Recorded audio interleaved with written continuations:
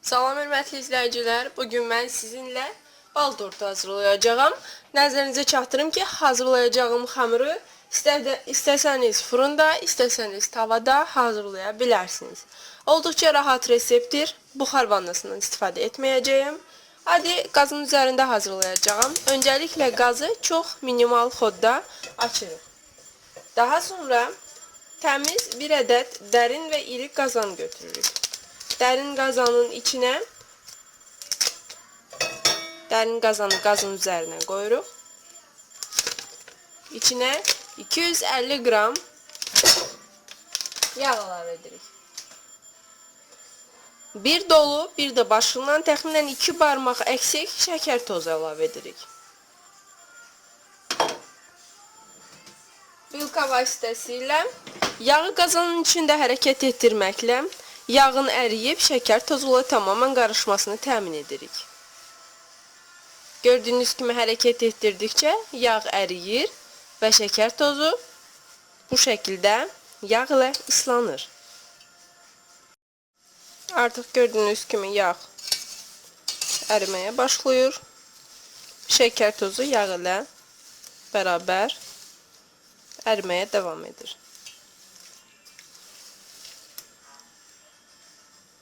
Yağı dayanmadan qarışdırma prosesini bir saniyəlik dayandırıb istifadə edəcəyimiz yumurtaları çırpırıq. Nəzərinizə çatdırım ki, yumurtalarım iridir. Onun üçün 3 ədəd yumurta götürmüşəm. Əgər yumurtanız kərnik yumurtasıdır və xırdadırsa, yaxşı olar 4 ədəd yumurta götürəsiniz. Öncədən qarışdırmış olduğumuz yumurtaları yavaş-yavaş tamamən əridikdən sonra yağ və şəkər qarışımını əlavə edəcəyim.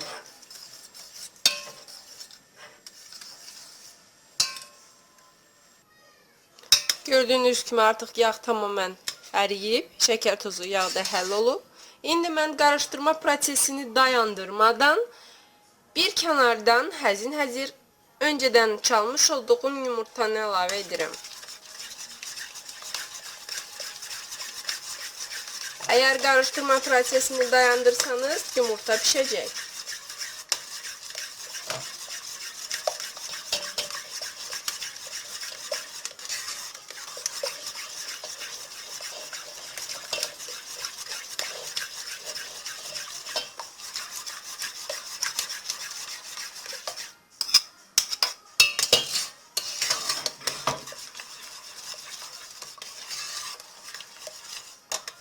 Qarışdırmağı dayandırmadan digər ərzaqları əlavə edirik.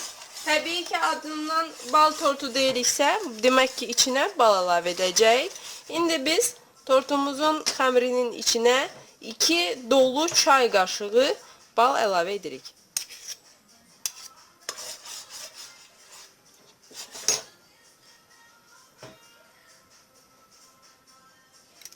2 dolu çay qaşığı bal. Qarışdırmağa devam edirik.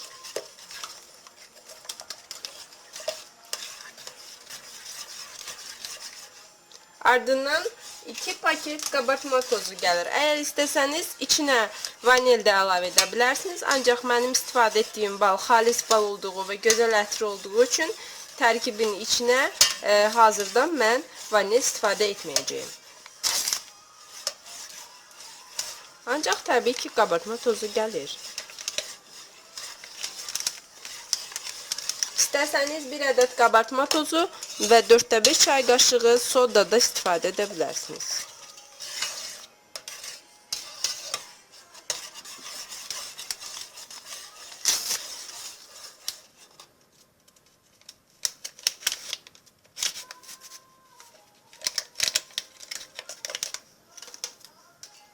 Sürətlə çırpırıq. Gördüyünüz kimi bal və qabartma tozunun təsiri ilə xəmir artıq köpüşləməyə, şişməyə başlayıb. Sürətlə özü yuxarı doğru qalxır. Məhz bu müddətdə mən bir stəkan olmaqla yavaş-yavaş un əlavə edirəm. Ümumi hesabla təxminən 800 qram un istifadə olunur. Ancaq indi mən sizə nə qədər un istifadə etdiyimi deyəcəyəm. Nəticə itibarilə ən sonda ələ yapışmayan yumuşaq xəmir əldə olunmalıdır. 3 stəkan un əlavə etdikdən sonra qazın altını söndürürük. Daha sonra qarışdıra-qarışdıra un əlavə etmək prosesini davam etdirirəm. Xəmir artıq bu şəkildə hələ gördüyünüz kimi qazandan ayıranda insana çətinlik verir. Ancaq xəmir istidir. Əgər mən buna daha çox un əlavə etsəm, nəticə yaxşı alınmayacaq. Xəmirim quru olacaq. Soyuyanda çünki yağ möhkəmləşir. Odur ki, artıq bu qədər kafidir. İndi mən xəmiri toplamaq üçün taxtamın üzərinə azacıq un sərpəcəyəm. Təbii ki, çox yox. Daha sonra qazanımdayı xəmiri bütünlüklə taxtamın üzərinə əlavə edəcəyəm.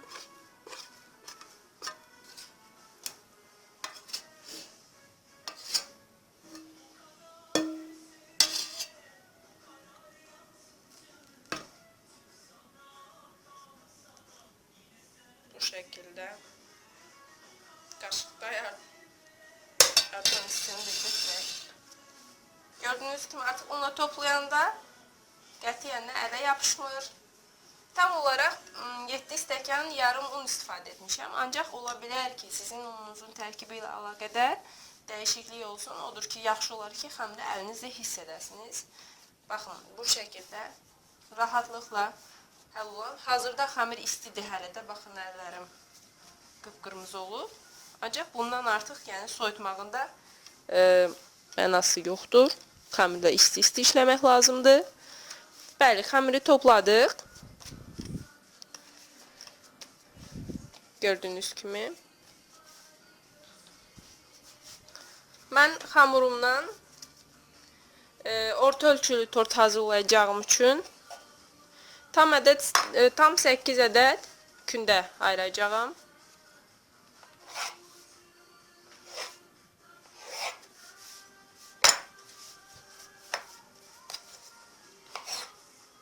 Hətta daha çox çıxacaq.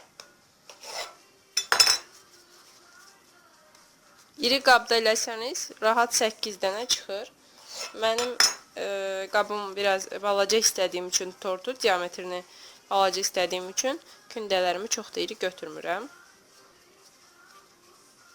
Kündələri bu şəkildə hazırlayırıq. Xəmirlə olduqca sürətli işləmək lazımdır.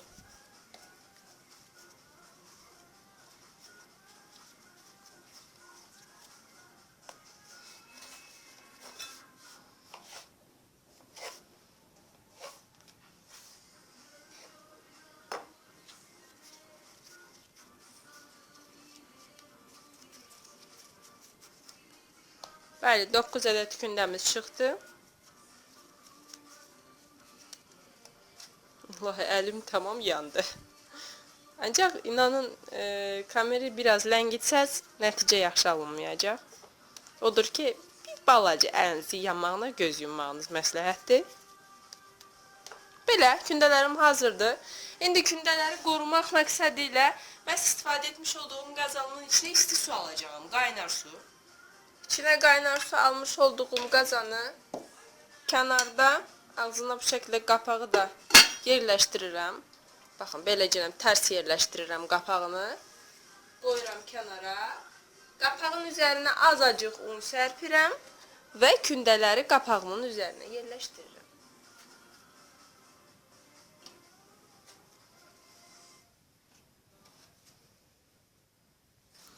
Bu xəmirin isti qalması və bu müddətdə, isti qalacağı müddətdə üzərinin qaysaqlanmaması üçün görülən tədbirdir. Yenə deyirəm, xəmirlə olduqca sürətlə işləməliyik. Birini saxlamaqla bu şəkildə kündələri qapağın üzərinə yığdım. Üzerini çay dəsmalı ilə örtürük və kənara qoyuruq. Bu müddətdə isə başlayıram sürətlə birinci yuxamı hazırlamağa. Birinci yuxam artıq hazırdır. Yuxamı götürürəm. Fırın qabımın içine cüzi yağ çəkmişəm. Onu fırın qabının içine əlavə edirəm. Təbii ki, istədiyim ölçünü əldə etmək üçün bu şəkildə, bu boyda istəyirəm deyə qabı qoyuram. Kənarlarını beləcə kəsirim. Və kəsmiş olduğum kənarları götürürüm. Bunu ən sonda bişirəcəyim. Və bu bişirəcəyim kənarlar məhz tortumun üzəri üçün mənə lazım olacaq. Yüngülcə bıçaqla deşləhləyib fırına göndərirəm. Nəzərinizə çatdırım ki, bu şəkildə bütün hissələri tək-tək bişirəcəyim. Hörmətli izləyicilər, gördüyünüz kimi bizim bütün hissələrimiz pişdi. Artıq onlar hazırdır. Mən indi gözləyəcəyim, onlar soyusun və kənarda eyni zamanda xəmirin kənarından çıxan hissələri də bişirmişəm. Gördüyünüz kimi onları daha çox bişiririk ki, xırt-xırt olsun. Çünki mən bunları əzəcəyəm və xəmirimin tortumun üzərinə istifadə edəcəyim. Sıra gəldi tortumun içinə istifadə edəcəyim kremin hazırlanmasına. İndi isə gəlin kremi hazırlayaq.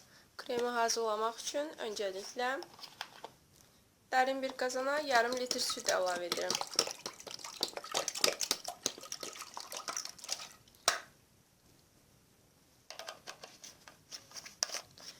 Yarım litr südün içinə daha sonra malako əlavə edəcəyim. Bu malakonun evdə hazırlamış olduğum, onun ise şirin olduğu üçün sadəcə bir xörək qaşığı şəkər tozu əlavə edirəm. Yarım xörək qaşığı un əlavə edirəm. Yarım xörək qaşığı buğda və ya kartof nişastası əlavə edirik. Əgər buğda və ya kartof nişastası yoxunuzdursa, o zaman elə 3 dolu xörək qaşığı un əlavə etməyiniz məsləhətdir.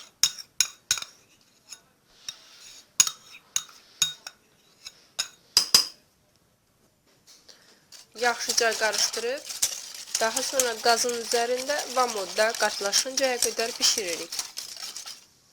Durmadan çalaraq yüngül qatlaşdırmış olduğumuz südümüzü indi fərqli bir qaba keçirdirik.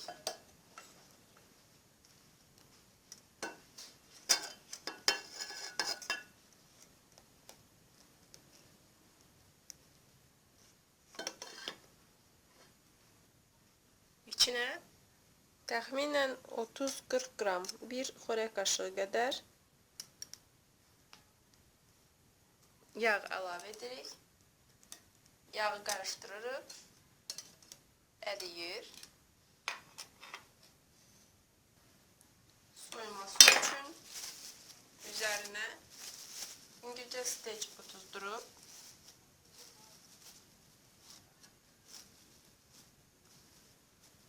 şekilde. Bu streçi bu şekilde ona yapıştırarak üzerine sermemizin sebebi yüzünün qazmaq tutmadan soyulmasıdır. Bu şekilde yapıştırıp gözləyəcəyik. O soyusun. Və kənarda kremimizin digər hissəsini hazırlayırıq. Bu müddətdə başqa dərin bir qaba otaq temperaturasında soyutmuş olduğumuz 200 qram yağı əlavə edirik.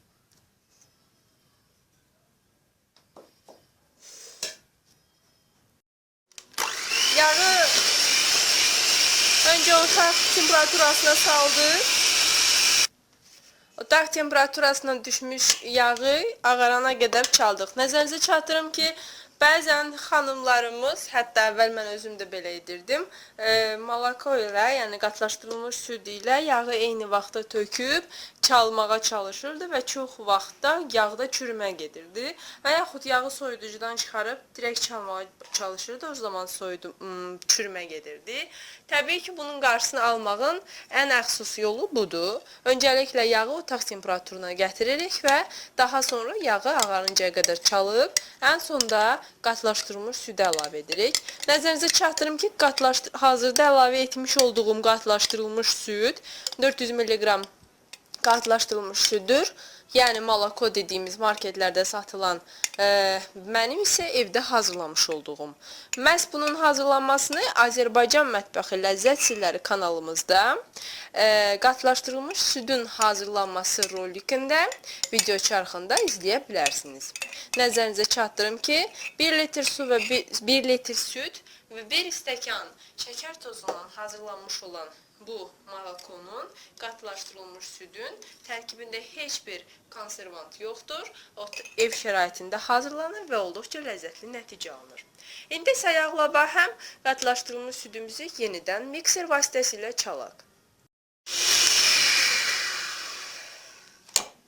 Bəli, çalaraq bir hissəli formaya gətirmiş olduğumuz kremin içinə indi öncədən hazırlamış olduğumuz qatı süd tərkibli kremimizi əlavə edirik.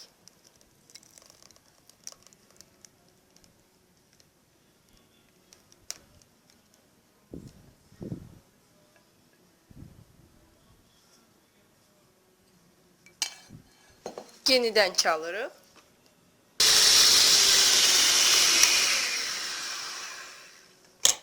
Kremimiz hazırdır. Nəzərinizə çatdırım ki, sizin düşündüyünüz qədər qatı krem deyil, əksinə biraz axarlı kremdir. Çünki hazırlamış olduğumuz tortun listləri, yəni xəmirləri getdikcə peçeni kimi sərtləşdiyindən onun arasına istifadə etmiş olduğumuz kremin məhz belə tərkibdə olmağı bizə sərf edir. İndi başlayaq tortumuzu yığmağa. Listin birini qoyub, içinə kremdən bol-bol yaxırıq. Arasına kremdən altına daha doğrusu ona görə qoymadım ki, onsuz da listlərimiz deşiklidir və altına axacaqlar. Axıb onu tutacaq.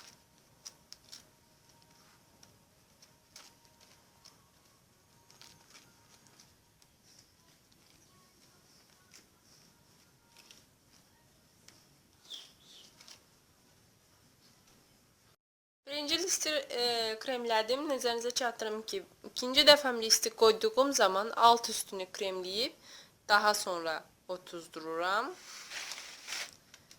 və yenidən krem çəkib, digər qatları əlavə edirəm.